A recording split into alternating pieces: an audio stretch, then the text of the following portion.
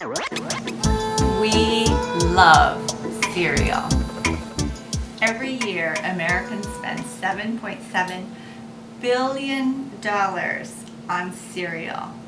It's $11 billion worldwide. 92% of American households in the past year have bought cereal. 92%. That's a lot of agri-dollars going to line the pockets of big, huge companies like Kraft, General Mills, Kellogg Foods. So I'm going to show you a delicious way to make something so much better than anything you can buy in a box. Today we're going to make granola. For this recipe, I'm going to use oats, oat bran, and puffed amaranth. You can use any kind of puffed grain you'd like, and what it does is it just makes your cereal a little bit lighter.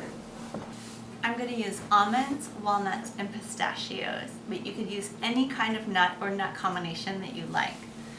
For the fruit, I'm going to use dried, unsweetened coconut chips and raisins. I'm going to go with maple syrup as my sweetener and orange zest. The zest of 1 or 2 oranges makes this granola fantastic. You can use any kind of fat you'd like. My 2 favorites are coconut oil and butter.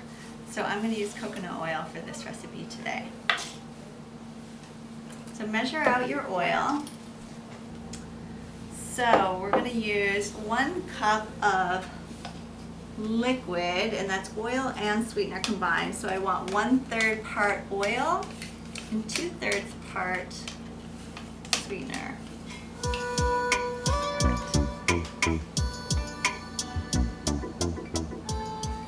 If your coconut oil is solid at room temperature, you want to melt it. So I'm going to put this on very low heat.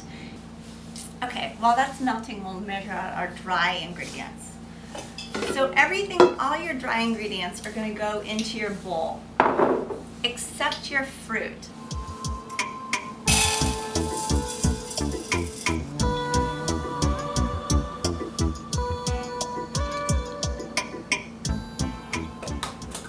I also have a little tiny bit of flax powder left over from a recipe, so I'm just going to toss that in.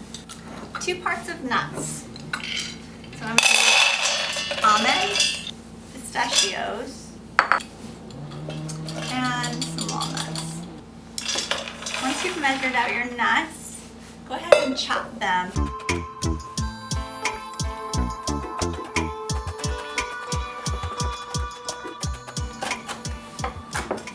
Okay, I gauged that by my almonds. When most of my almonds are chopped up, at least chopped in half, then that's good enough.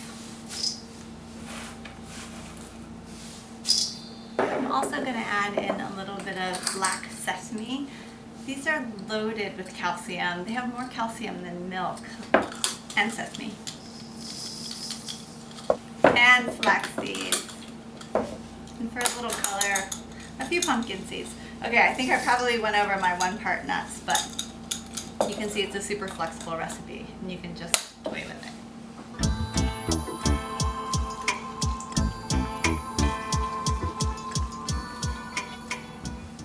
I'm going to add a pinch of salt, a pretty decent sized pinch. And I'm going to flavor it with the peel of, this is a tangelo, but you can use an orange. If you don't have a zester, you can just take a knife and just cut the peel off in a really thin sheet, as thin as you can. What you're after is there's so much flavor in this outer orange part, but this white part is really bitter. So you want to get as little of the white part as possible. And then you can just take this and really finely shave it into little slivers.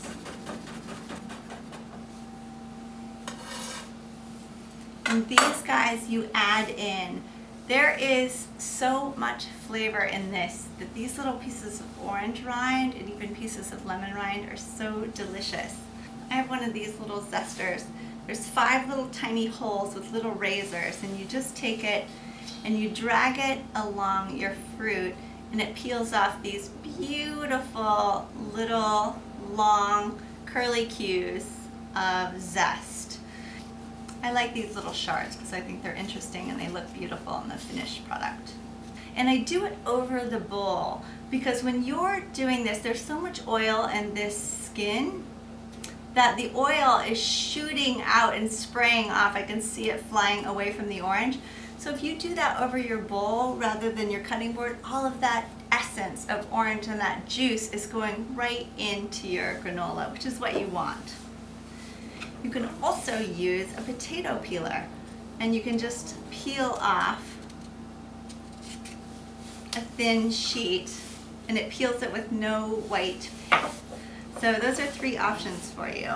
However, whatever tool you have and however you like, go ahead and just zest your orange into the bowl. You can also use a microplane too.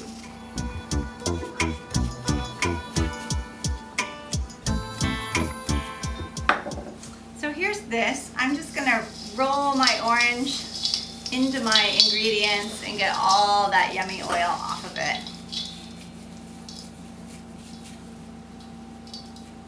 And you can eat this guy later.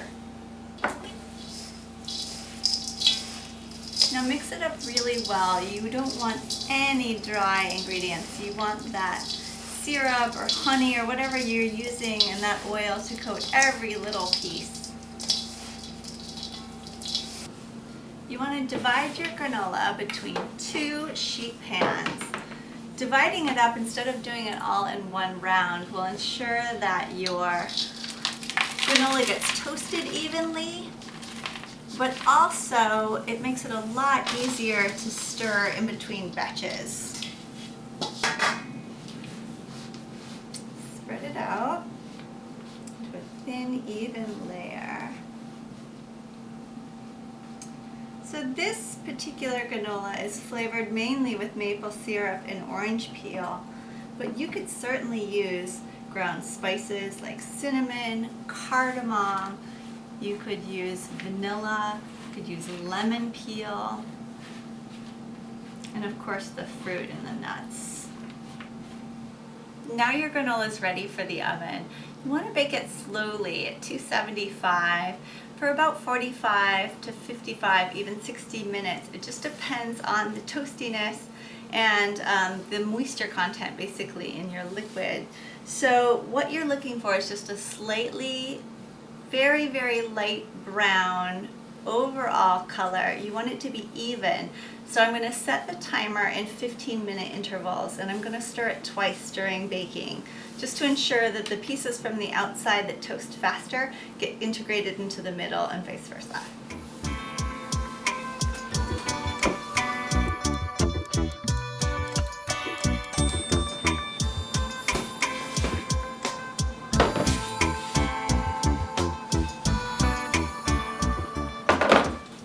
Granola has been in the oven for a total of 30 minutes. I can hear the difference. I can hear that it's drying out. It sounds a little more brittle and dry and a little less moist, but it still needs a little more time. And it hasn't darkened up at all. You don't want it brown, but just for the oats to turn just a shade darker.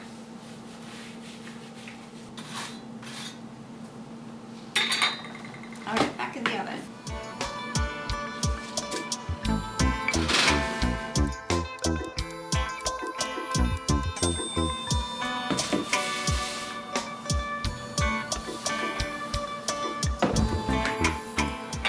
So when your granola is ready, it will be just slightly toasty brown as it is, and it will feel nice and dry, and this definitely does.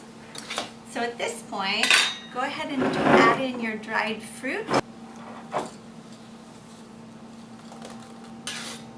So I'm going to leave this granola on the counter for 45 minutes or so and let it cool completely before I put it in my airtight container. So this particular batch of granola is flying to Connecticut. Today is my father-in-law's 81st birthday. So this one's for you, Bill. We love you and hope you have a happy, happy birthday. To the rest of you, thanks for being here. I'll see you next time.